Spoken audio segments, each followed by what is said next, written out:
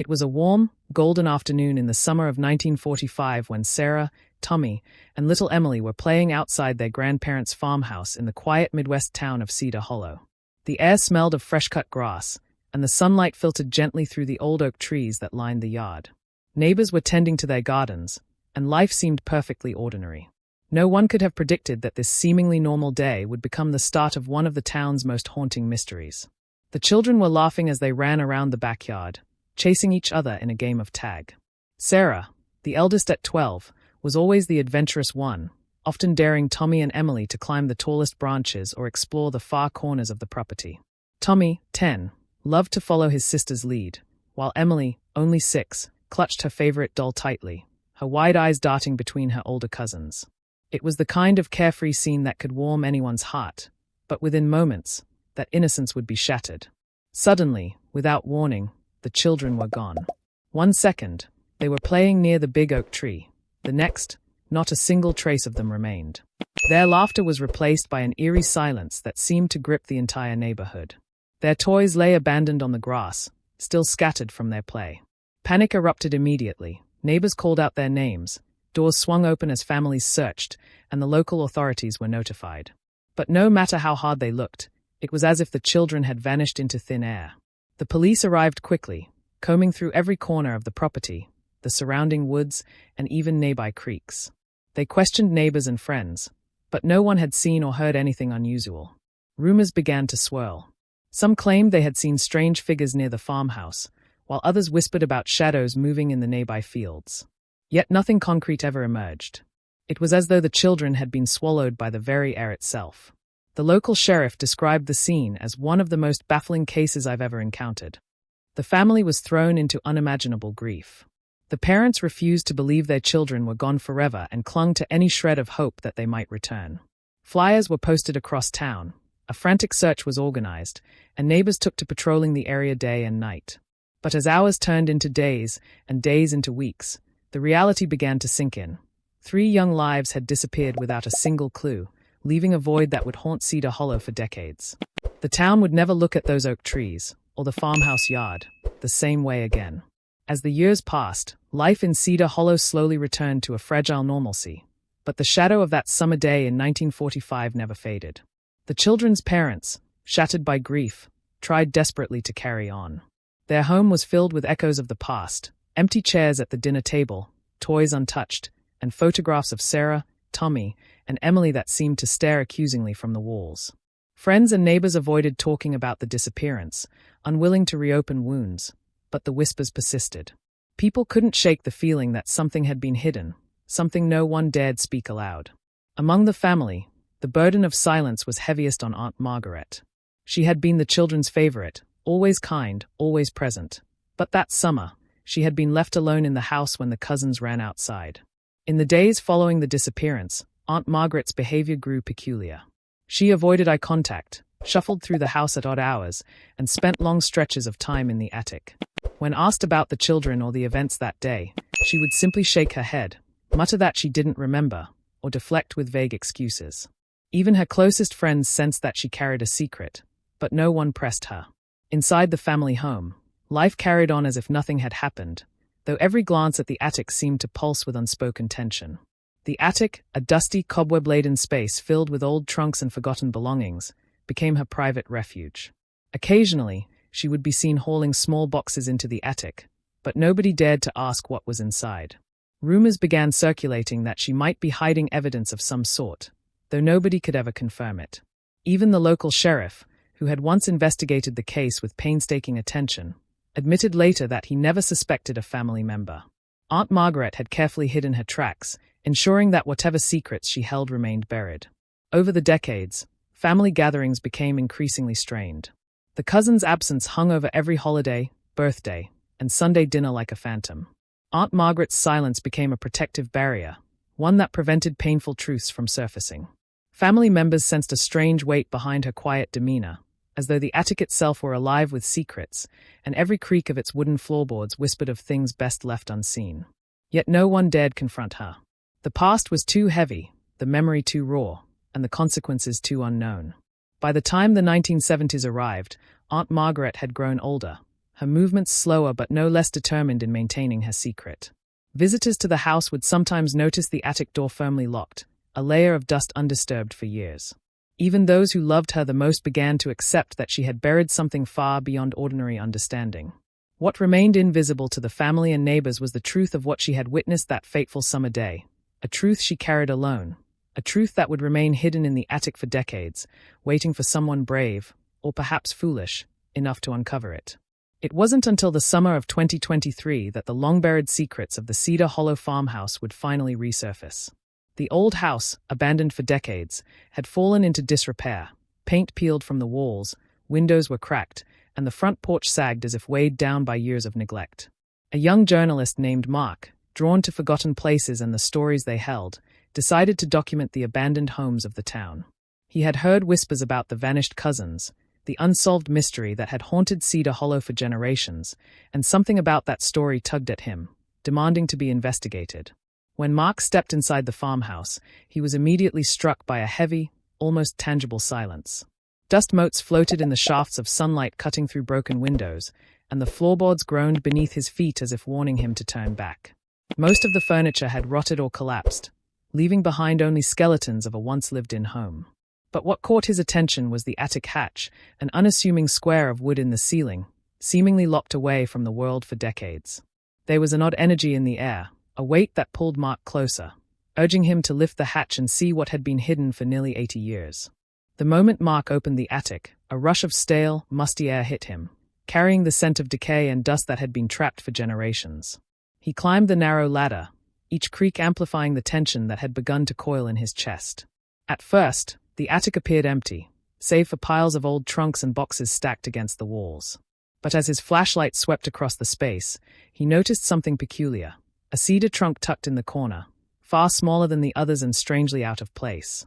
It was locked, yet there was no key in sight. Mark's hands trembled as he pried it open, revealing its hidden contents. Inside the trunk, carefully rolled and yellowed with age, was a photo roll that seemed to shimmer with a story waiting to be told. Mark carefully unrolled the fragile film, and as he did, his heart raced. The photographs depicted the three missing cousins, Sarah, Tommy, and Emily, alive, yet unmistakably terrified. In some images, they were inside the very attic he stood in, their wide eyes staring off-frame at something unseen. In others, they were outdoors, near the farmhouse yard, with shadows lurking behind them, dark shapes that were barely discernible but deeply unsettling. The photos suggested that the children had been close to danger all along, and someone had captured it. Mark's hands shook as he examined each photograph in turn, the weight of history pressing down on him. Every image was a fragment of a story no one had been brave enough to tell. The attic, which had once seemed like a simple storage space, revealed itself as a vault of secrets. He realized that what he held in his hands was more than just old photographs. It was evidence of a hidden life, a suppressed truth that had been concealed for 78 years. The realization hit him like a thunderclap. The vanished children had never truly left, and the attic, silent and still, had kept their story waiting for someone to finally uncover it. As Mark laid out the photographs on the dusty attic floor, an eerie chill ran down his spine. Each image seemed to pulse with a life of its own, capturing moments of fear frozen in time. In one photo, Sarah's wide eyes were locked on something just beyond the frame, her mouth slightly open as if she were screaming, but no sound could reach through the decades. Tommy clutched at her arm, his small hands trembling, while Emily's tiny face was pressed against the wall, as though trying to hide from an invisible threat. The attic itself looked almost alive in the pictures, dark shadows twisting across the walls, creating shapes that shouldn't exist. Another photograph showed the children outside near the overgrown yard. They appeared to be playing, but their expressions told a different story, a mix of dread and confusion. Behind them, barely visible, was a shadowy figure, tall and indistinct, lurking near the tree line. It was impossible to tell if it was a man or something else entirely, but its presence was undeniable. The more Mark examined the photos, the more he realized that someone, or something, had been watching the children the entire time. The pictures weren't just memories. They were evidence of surveillance, and possibly, of terror that no one had ever dared to confront. The third photograph sent a shiver down Mark's spine. It depicted a small, hidden door beneath the attic floorboards, its edges worn and almost indistinguishable from the surrounding wood. In the photo, Sarah was reaching for the handle, her fingers trembling, while Tommy and Emily hovered behind her. What made the image truly unsettling was that Mark now realized the door in the photograph matched the very floorboards beneath his feet. It was as if the attic itself had been waiting, holding back its secrets until someone brave enough came along to find them. Every detail in the photo suggested careful planning. This was no ordinary hiding place. It was a prison designed to be invisible. As he flipped through the rest of the roll, Mark noticed a recurring theme. The children were always shown near some form of confinement, some subtle barrier that separated them from safety. Old crates, stacked furniture, and even shadows were used to obscure the environment, hiding entrances and exits. The images painted a disturbing pattern of isolation and fear, hinting that the children had been trapped, watched, and possibly manipulated over time. The thought that these photographs had survived untouched for nearly 80 years sent a chill through Mark. They weren't just pictures, they were a record of horror, a silent testament to what had happened in that attic long ago. Mark sat back, trying to process what he had discovered. The photographs were undeniably real, and their implications were terrifying. He realized that whoever had taken them had intended for them to remain hidden, perhaps as a warning or a confession. Every creak of the attic floorboards above him, every flicker of light through the cracked windows, seemed to echo the children's silent fear. Mark's pulse quickened as he understood that the photos were more than evidence. They were the key to uncovering a mystery that had been buried in silence for nearly 8 decades, a mystery that the attic itself had been guarding all along. Mark's hands shook as he studied the photograph of the small door beneath the attic floorboards. Every instinct screamed at him to step back, to leave the secrets buried where they had lain for decades. But curiosity and the pull of the story were stronger. He found a loose plank near the edge of the attic and began carefully prying it away. Dust erupted in small clouds, making him cough, and the faint creak of the wood echoed through the silent house. As the final plank shifted, a narrow, dark opening appeared, a hidden room, perfectly concealed beneath the floorboards, waiting silently for someone to uncover it. He shined his flashlight into the darkness, revealing a space barely large enough for a person to crawl through. The walls were lined with old, weathered boxes and trunks, their surfaces thick with decades of dust. Mark's heart raced as he lowered himself into the cramped room, the air heavy and stale. Something about the space felt almost alive, like it had been holding its breath all these years. As he moved deeper, he noticed items scattered around, toys, tiny shoes, and pieces of clothing that belonged unmistakably to the 3 missing children. Each object seemed frozen in time, a tangible reminder of lives interrupted and hidden from the world. At the back of the hidden room, Mark discovered an old, leather-bound diary, its edges frayed and brittle. He opened it carefully, revealing the handwriting of Aunt Margaret, detailing her memories of that fateful summer day. The words painted a horrifying picture. She had witnessed the children being taken by someone she trusted deeply, a person whose face the town would recognize without suspicion. Panic had consumed her, and in her fear, she hid the evidence, including the attic photos, to protect herself, or perhaps to protect the children from a fate worse than death. Every page revealed more tension, fear, and secrecy than Mark could have imagined. As he read on, Mark began to notice patterns in the diary, references to hidden passages, whispered instructions, and cryptic mentions of shadows moving through the house.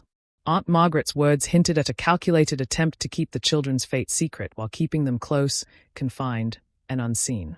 Mark realized that the attic, and now this hidden room, were not just storage spaces. They had been carefully transformed into a cage. The diary suggested that the children had been alive at least for some period after the disappearance, their world reduced to this tiny, secret space, and observed by someone whose identity had never been revealed. The room seemed to close in on him as he absorbed the gravity of the discovery. Every piece of furniture, every dusty object, and every line in the diary pointed to decades of deliberate concealment. Mark's flashlight flickered, casting long, dancing shadows across the walls, and for a moment, he imagined the children themselves watching him from the corners. The realization hit him with chilling clarity. This was more than a mystery frozen in photographs. The hidden room, dusty and silent for 78 years, had preserved a secret so dark and personal that the town, the police, and even the family had never dared to speak of it. And now, it was up to him to piece together what had truly happened within its walls. As Mark sifted through the diary and examined the hidden room, a horrifying realization began to take shape. The children had never truly left the property. Every object, every photograph, every cryptic note in Aunt Margaret's diary pointed to a chilling conclusion. The vanished cousins had been trapped, hidden from the world, and observed by someone the family had trusted. The thought was almost unbearable. 3 young lives confined to a secret room while the town searched endlessly, oblivious to the truth. The longer Mark stared at the evidence, the heavier the weight of decades-old terror seemed to press upon him. Further investigation revealed a series of police documents that had been lost or deliberately hidden. Reports of suspicious activity in the area, witness statements that never made it to the case files, and even rumors of a local man with a questionable reputation. All of it seemed to have vanished from the official record. It became increasingly clear that someone in authority had deliberately covered up the children's disappearance. Mark's pulse quickened as he realized the conspiracy spanned decades, and those responsible had hidden in plain sight, shielded by the silence of an entire town. The photographs, which at first had seemed like strange, almost innocent remnants of the past, took on a more sinister meaning. Every shadow, every doorway, every glance frozen on film hinted at surveillance, manipulation, and cruelty. It was no accident that Aunt Margaret had hoarded these images. They were evidence, proof of a crime she had witnessed but feared to confront. The diary's cryptic passages suggested that she had been complicit in hiding the truth, not out of malice, but out of fear for her own safety and the perceived threat of retribution. The entire narrative of those summer days in 1945 now seemed like a carefully orchestrated nightmare. Mark began tracing the family connections and local histories, and the puzzle pieces slowly started aligning. The suspect, or suspects, appeared to be people of influence in Cedar Hollow, individuals whose reputations would have made any accusation seem impossible. The diary hinted at manipulations, threats, and subtle coercion, painting a portrait of a town unwilling to face its darkest truths. Mark realized that the cover-up had been so meticulous that even the children's parents had been deceived, believing their loved ones had simply vanished into thin air. The weight of decades-old lies pressed down on the farmhouse attic, as if the very walls were mourning the injustice. As Mark pieced together the fragments of the story, a cold sense of dread settled over him. The hidden room, the photographs, the diary, and the missing police records weren't just historical anomalies. They were evidence of human cruelty, secrecy, and fear, frozen in time. The children's fate, though partially revealed, remained shrouded in uncertainty. Every revelation seemed to lead to more questions.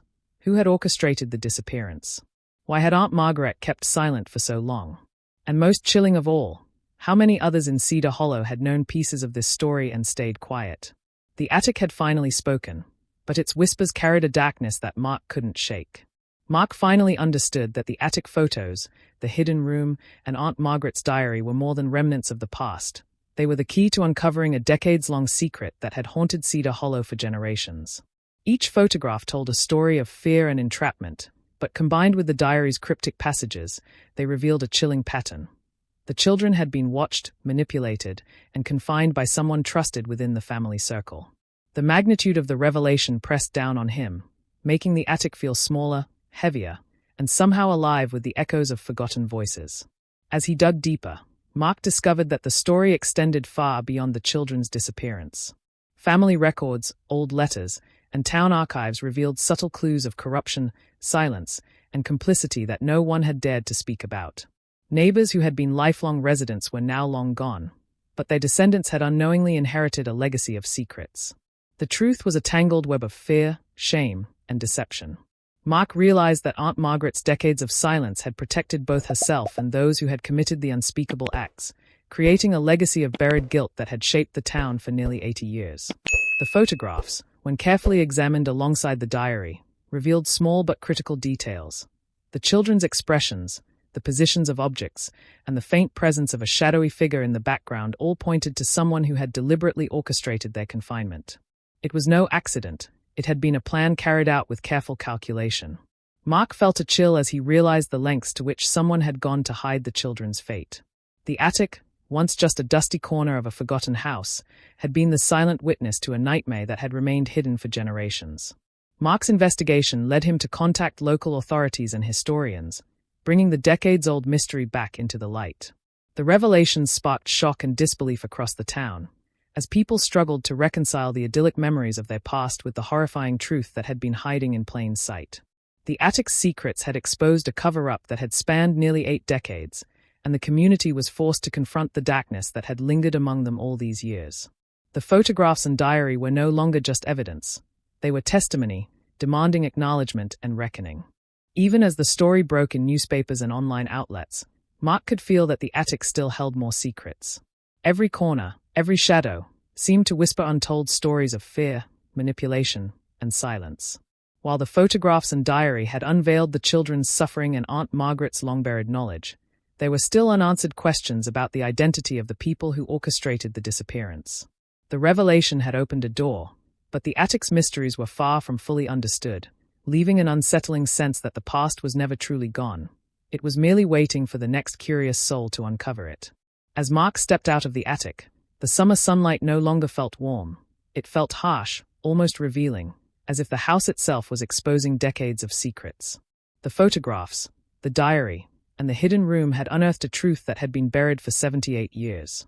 The children's voices, silent for generations, had finally been heard, but the weight of what had been hidden lingered in every corner of that old farmhouse. Cedar Hollow would never be the same again.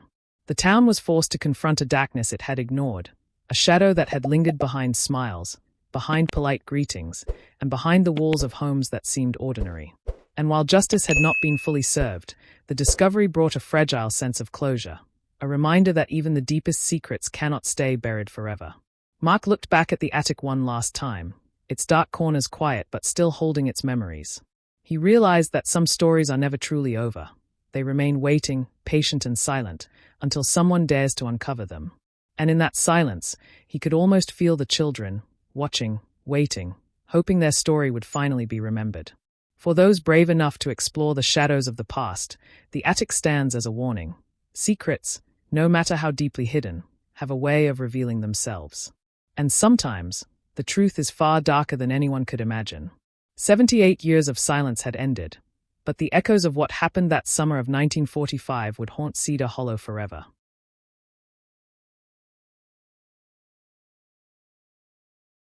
If you liked this video, don't forget to hit that like button, share it with your friends, and drop your thoughts in the comments below. Most importantly, subscribe and hit the bell icon so the next secret finds you first.